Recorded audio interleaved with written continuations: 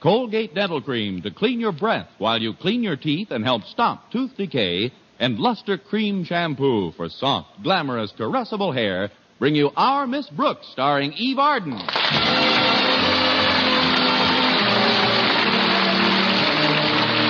time once again for another comedy episode of Our Miss Brooks, written by Al Lewis. Well, the baseball season is rapidly getting underway, and our Miss Brooks, who teaches English at Madison High School, is full of enthusiasm for our national pastime. Yes, I am enthusiastic about the national pastime. Largely, I must admit, because of the enthusiasm for the game felt by one Philip Boynton, my national pastime. Last Thursday morning at breakfast, my landlady asked me, how come? How come this sudden interest in baseball, Connie? Seems to me you never cared about the game very much. Oh, you're wrong, Mrs. Davis. I always had a deep-rooted love for the game. It just took someone to bring it out. Mr. Boynton? It wasn't Ty Cobb. The way I look at it, baseball will eventually further our romance. How do you mean, Connie? Well, I figure if he spends enough time looking at curves and watching fellows trying to get to first base, it might give him an idea. He's a backward sort, all right. Not about baseball. Tomorrow's the opening game, Mrs. Davis, with Clay City High, and already Mr. Boynton's invited me to go with him. Now, of course, my troubles just begin. I've got to have a nice sport outfit to wear to the game. What's wrong with the outfit you've got? Mr. Boynton's seen me wearing it 3 times already. 3 times? Yes, to the opening games of 1949, 48, and 47. I made up my mind that this year, when they throw out the first ball, I'm throwing out that dress. Oh, if only I wasn't so broke. Let me think a minute. If there was somebody who could lend me... I'm broke too, Connie. If there was somebody else who could... No, I guess borrowing isn't the answer. Wait a minute, Connie. I was talking to Mr. Fisher yesterday. He's the nice man who runs the pawn shop on 4th Street. I know. We've met several times. Well, I just happened to drop in yesterday to see that my brother Victor's cigarette case was polished. And Mr. Fisher showed me the nicest sport dress. Brand new. He had just picked it up at Sherry's department store at their spring sale. A sport dress? What did he want it for, waiting on trade? It's not for himself, Connie. It was for his daughter. But unfortunately, or maybe fortunately for you, it didn't fit her, and he couldn't take it back to Sherry's because all sales were final. So? So maybe he'd be willing to let you have it on a swap. But what could I swap him for it? Well... No, I'll need these fillings as I get older. I'd be glad to let you take the vacuum cleaner, Connie.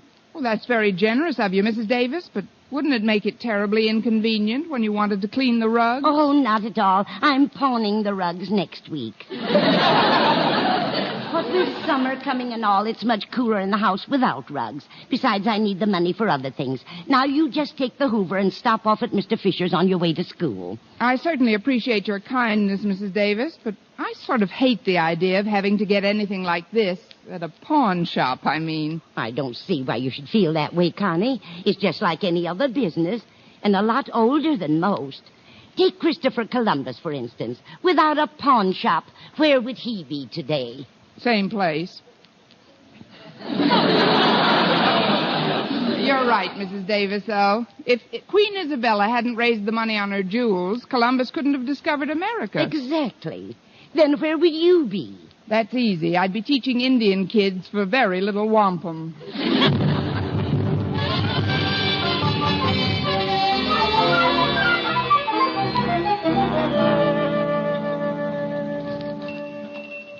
Good morning, Mr. Fisher. Well, Miss Brooks, I haven't seen you since you redeemed your locket.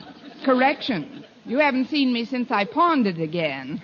After the holidays, remember? Oh, of course. It was on a Monday in January. I recall it because I took in 6 pairs of binoculars that day. The better to see my locket with, my dear. But what I'm here about this morning is a slight business deal. You see, Mrs. Davis suggested that you might be interested in this vacuum cleaner. Well, Mrs. Davis is an old friend, but frankly, we don't have too much of a call for vacuum cleaners. Oh, I don't want any money on it. I just want a swap. You'll find plenty of use for the vacuum cleaner, too, because Mrs. Davis is about to put her rugs in your protective custody for the summer. Again? Well, then I guess I could use the vacuum at that. Well, let's see now. What could I give you in return? Oh, here's something that might come in handy. It's for dressing and undressing, a genuine Chinese screen. Well, actually, we have very few Chinese getting dressed at our place.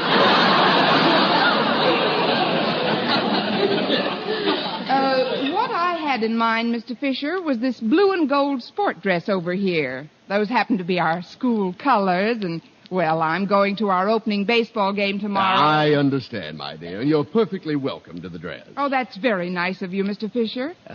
Just one thing, though, Miss Brooks. Are you sure the dress will fit you? Even if it doesn't, I'll look better in it than I would in the vacuum cleaner.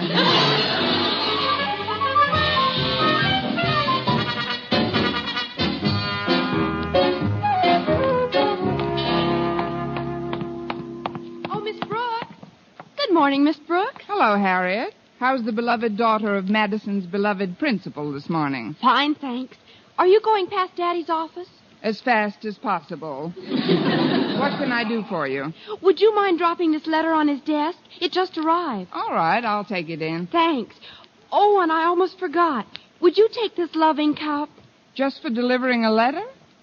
Oh, it's the baseball trophy Madison won last year. Daddy asked me to pick it up after it was polished. I've got to run now. I want to catch Walter Denton before he invites anyone else to the opening game tomorrow. I know the feeling. See you later, Harriet. Come in. Good morning, Mr. Conklin. I've got something for you. That is a matter of opinion.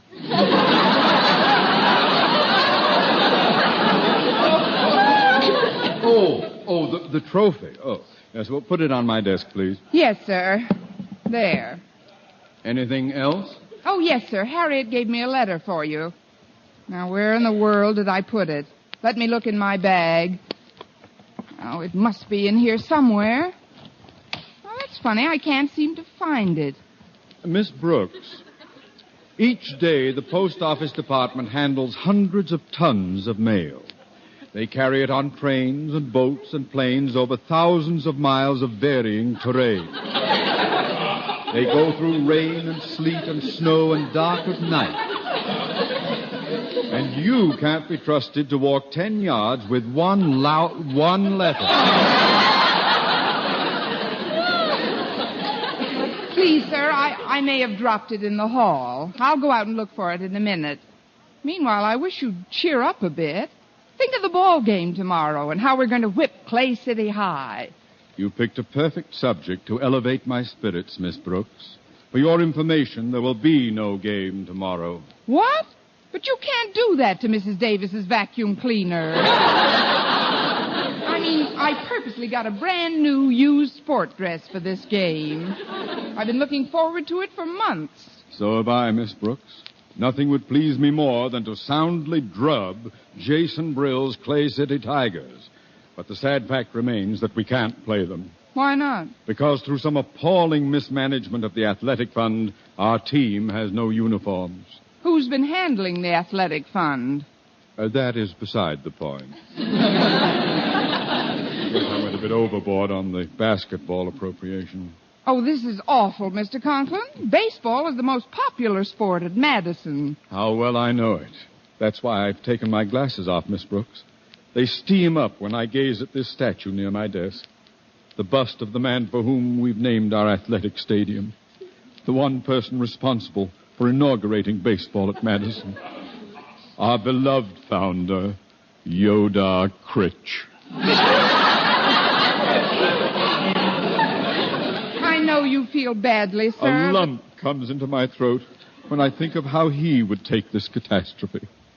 And when I hold this loving cup in my two hands... Mr. Conklin. Yes, Miss Brooks? Would you mind letting go of my ears? Oh, I'm sorry. I'd better put my glasses back on. Look, Mr. Conklin, isn't there something we could do to make the game possible? I'm afraid not, Miss Brooks, unless we... Oh, wait a minute. Do you think our boys could play good ball without uniforms? I don't know how good they'd play, but they'd certainly draw a nice crowd.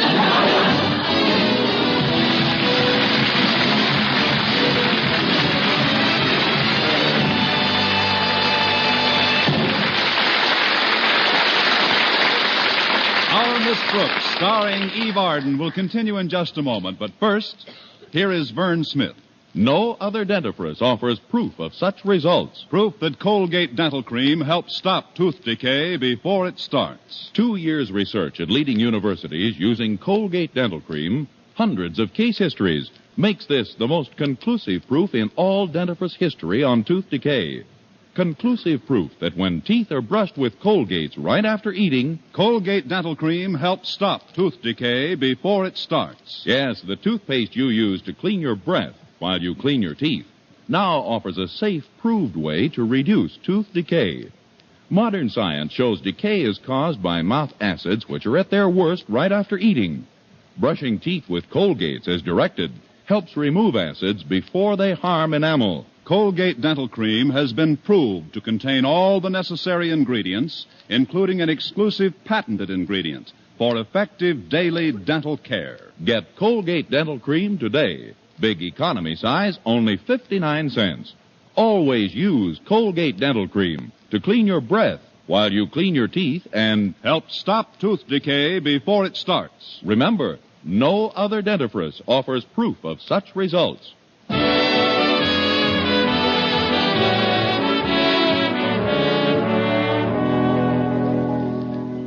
Well, Mr. Conklin refused to let our team play without the proper equipment, especially against Madison's traditional rival, Clay City High.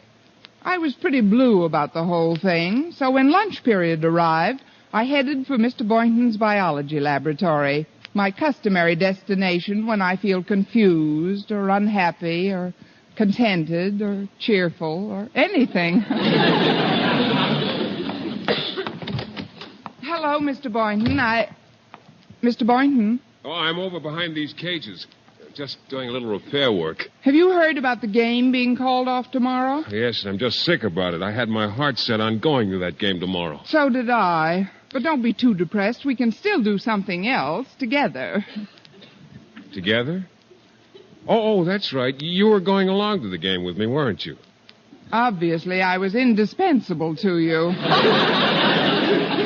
But I know what might be fun. We could go to the movies right after school. By 4 o'clock, we could be sitting in the balcony at the State Theater. Oh, but the State doesn't open until 6:30. That's what I say. It might be fun. I don't understand. How could we have fun sitting in a movie for 2.5 hours if there's nothing on the screen? Mr. Boynton, please do me a favor. The next time we're in the balcony, borrow the usher's flashlight and see how your fellow Americans are living.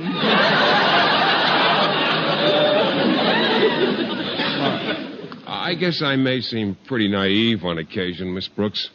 Oh, I don't know. Sometimes you're quite a man of the world. Another world, of course. Now, suppose we go to lunch. I've got to finish early and drop into the domestic science room. Miss Westphal promised to check my new sport dress and see what alterations it needs. Oh, is that what you've got in that box, a dress? Yes. Now, come on, Mr. Boynton, let's go. Well, I'll have to join you a bit later on, Miss Brooks. I've got to finish repairing the locks on these rabbit cages. They're brand new, too. I can't understand how these iron locks were broken. Must have some pretty tough rabbits in there. Now, look at them, will you? Aren't they cute? I keep the female rabbits in one cage and the males in another. You would.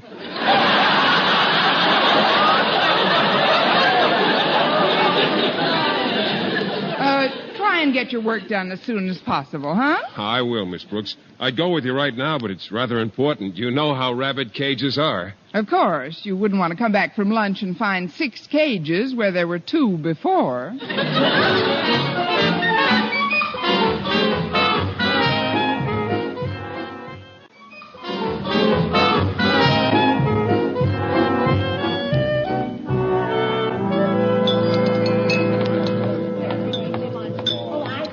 Let's see now, where can I sit? Oh, there's Walter Denton. Mind if I join you, Walter? Not at all. Welcome aboard, almost appetizing morsel of Madison's faculty. Thank you, Walter. Oh, it's a pleasure, I'm sure. Your apple-cheeked, cherry-lipped countenance is like meat and drink to my beauty-starved senses. Thanks again. Now get your teeth out of my arm and back into your saddle. I'm afraid the ebullience of my greeting to you is not a true barometer of my feelings, Miss Brooks. No, where formerly cavorted the blithest of blithe spirits, there now sits a sodden lump of gloom, a veritable clod of a boy. Walter Denton, boy clod. But if I may be permitted an observation in your native tongue, what, pray, is the cause of this unseeming cloddery? Oh, it's Harriet Conklin. We had an argument, and now she's not talking to me. Oh? What was the argument about? Well, it started when I heard that Mr. Conklin was calling off tomorrow's ball game. And I said I couldn't understand how our athletic fund got into such bad shape that we couldn't afford uniforms for the team. Then? Well, then I mentioned Mr. Conklin's administration of the funds in a way that Harriet construed as derogatory. What did you say? I said he was a marble-headed dimwit. I guess that could be construed as derogatory. Look, I know how you feel, Walter. I'm disappointed, too. But after all... My feelings transcend disappointment, Miss Brooks. They can only be described as abjectly abysmal, cataclysmically morbid, and horrendously depressive. What did you have for lunch today? A thesaurus burger? Look, Walter, maybe all hope isn't lost. Oh, pardon me, Miss Brooks, but Mr. Conklin wants to talk to us about the ball game tomorrow. Yes, Miss Brooks, all hope is not lost. Now, you see, Walter, I told you. I knew it. I just knew if there was any possible chance to salvage that contest, Mr. Conklin would be the man to do it. Yes, sir. It isn't every school that can boast of a principal who, even when he's made a few prior mistakes with the athletic fund, can bounce right back. Oh, quiet!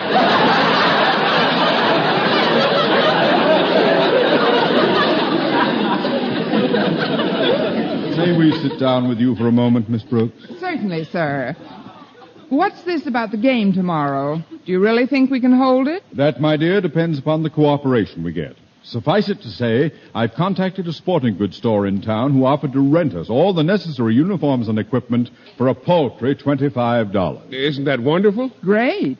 Have you got the paltry 25, Mr. Conklin? No, I haven't. My salary check doesn't come through until next week. However, that is not going to stop me. I feel now that I'm duty-bound to field a team against Clay City. Duty-bound? Yes, Miss Brooks. Only minutes ago, as I sat fondling our loving cup, symbol of Madison's baseball championship of bygone seasons, I looked up at the statue of our founder, Yodar Critch. And suddenly, I seemed to hear his voice say, with a tear in it, "I started baseball at Madison Osgood. Keep it going, boy." And then I heard myself saying, "But Yoda, where can I get $25 for uniforms?" And fantastic as it may sound, Yoda said, "Go, Osgood. Go and get the money from Miss Brooks."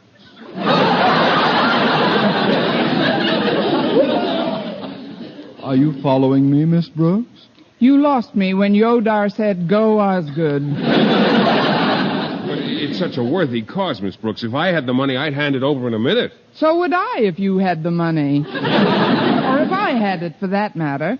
But my check doesn't come through until next week either. But surely you must have a little something salted away. Just salt, Mr. Conklin. Gosh, Mr. Conklin, I wish I could be helpful, but I just can't. You really are.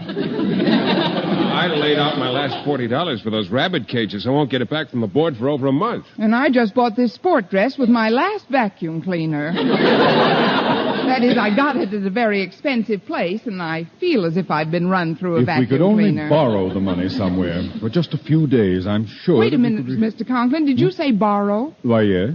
For just a few days? That's right. Sir, you've given me an idea. Yes, I'm almost positive it'll work. Now, just sit still, everyone. I've got a couple of stops to make. Gee, Miss Brooks, you look like you're on your way to a ball. You're close, Walter. I'm on my way to 3 of them.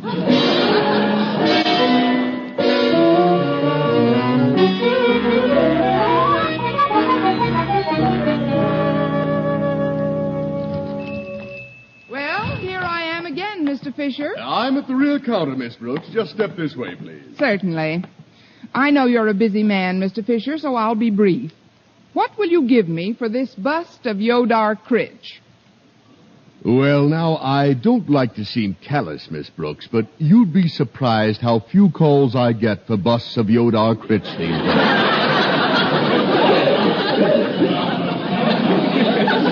Yes, but I just want the money for a short time. Money?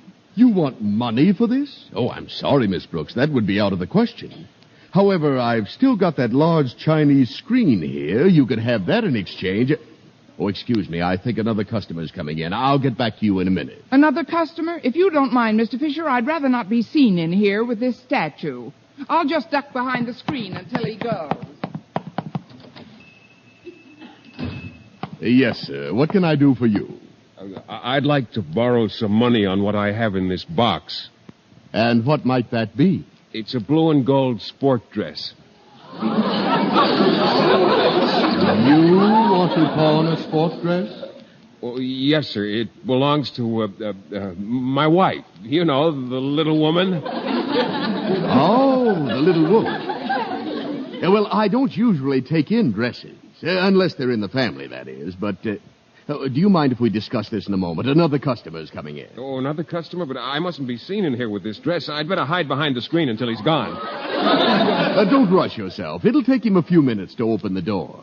Generally, they peer into the window outside for quite a while before sidling in. I don't want to take any chances. I'll see you later.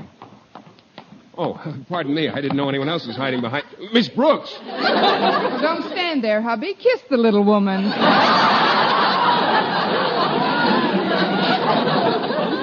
This is most embarrassing, Miss Brooks.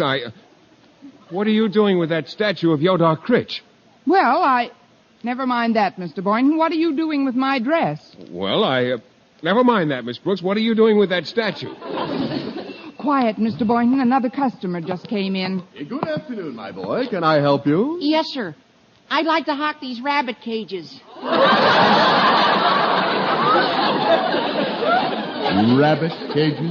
Yeah, just for a short period. And then we'll take it off your hands. Rabbits and all. This is an interesting day. And business is booming, too. I see another customer's about to enter. Another customer? Oh, I don't want anybody to see me in here. I gotta hide somewhere. Room for one more down front. Thanks, Miss Brooks. I'll just... Miss Brooks! Behind the screen, Walter. Oh, you won't tell Mr. Boynton about these cages, will you? I'm sure she won't, Walter. Good. I wouldn't want you to find out that I... Mr. Boynton! Walter, what are you doing with my rabbit cages? Well, Miss Brooks, what are you doing with that statue of Yodar Critch? Never mind that, Walter. What are you doing with Mr. Boynton's rabbit cages? Never mind my rabbit cages, Miss Brooks. What are you doing with that statue? What are you doing with my dress, Mr. Boynton? Walter, what are you doing with my rabbit cages? Well, that was fun. Shall we go around again? Miss Brooks, we've got to figure out some way where we... Quiet, Walter. Another customer just came in. I can see through a crack in the screen. He's coming all the way back to the last counter. And what may I do for you, sir? I, sir, should like to negotiate a loan on this silver loving cup. You mean you want to hawk it? Don't be vulgar. $25 would relieve my temporary financial embarrassment, and the cup would be redeemed in a very short time. Oh, good heavens, somebody's coming in. I can't be seen in this sort of an establishment. I'll just hide behind this screen until he leaves. Oh, I'm sorry, boy. Oh, that's okay, Mr. Conklin. I'll move over. Thank you, Walter. Now, Miss Brooks, if you'll move over a bit so that I can stand between Mr. Boynton and yourself, I'm sure we'll all be... Miss Brooks! Mr. Boynton! Walter Denton! This is roll call. You've left out Yodar Critch.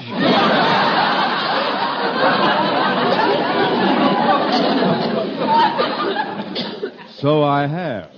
Miss Brooks, what are you doing with that statue of Yoda Critch? Well, Walter, what are you doing with Mr. Boynton's rabbit cages? Mr. Boynton, what are you doing with Miss Brooks' dress? Yes, Mr. Boynton, what are you doing with my dress? Quiet. That sort of buck passing will never take my mind off that statue, Miss Brooks. It won't? Well, try this on for size, Mr. Conklin. What are you doing in this pawn shop with the Madison baseball trophy? Ooh.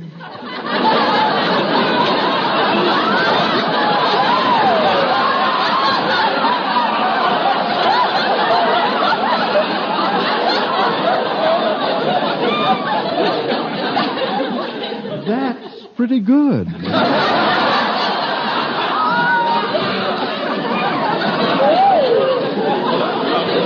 Let's face it, folks. We're all here for the same purpose, to raise the money for the baseball uniforms. Sure. Now, if Mr. Fisher will come through, we'll always... Well, my last customer just left.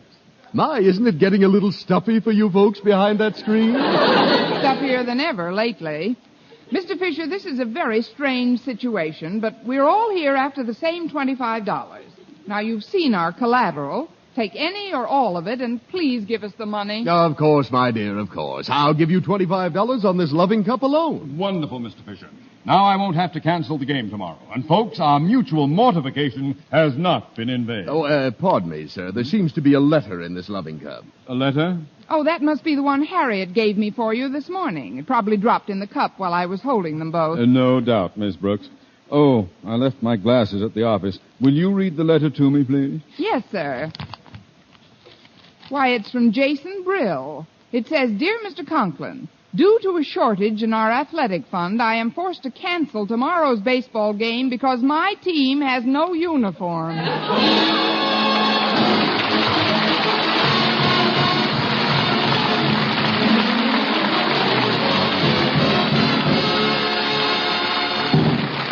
Eve Arden as our Miss Brooks returns in just a moment, but first...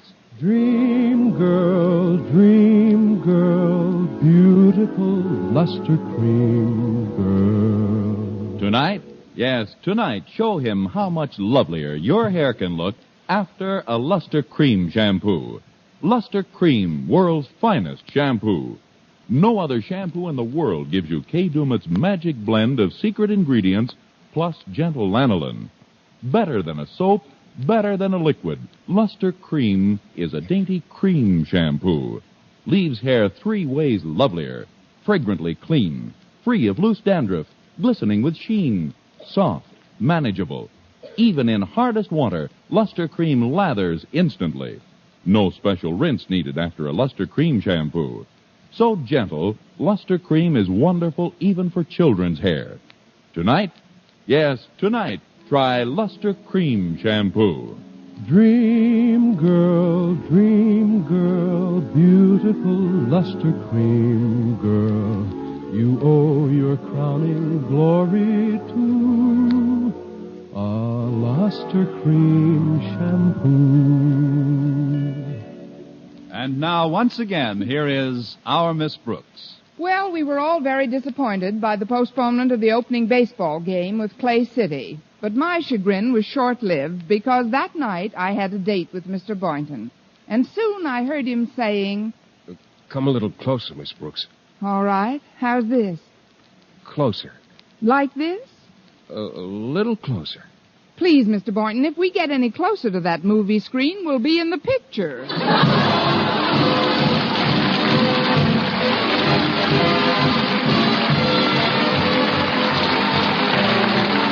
Next week, tune into another Our Miss Brooks show brought to you by Luster Cream Shampoo for soft, glamorous, caressable hair and Colgate Dental Cream to clean your breath while you clean your teeth and help stop tooth decay. Our Miss Brooks, starring Eve Arden, is produced by Larry Burns, directed by Al Lewis, with the music of Wilbur Hatch under the direction of Maurice Carlton. Mr. Boynton is played by Jeff Chandler, Mr. Conklin by Gale Gordon. Others in tonight's cast were Jane Morgan, Dick Crenna, Gloria McMillan, and Frank Nelson.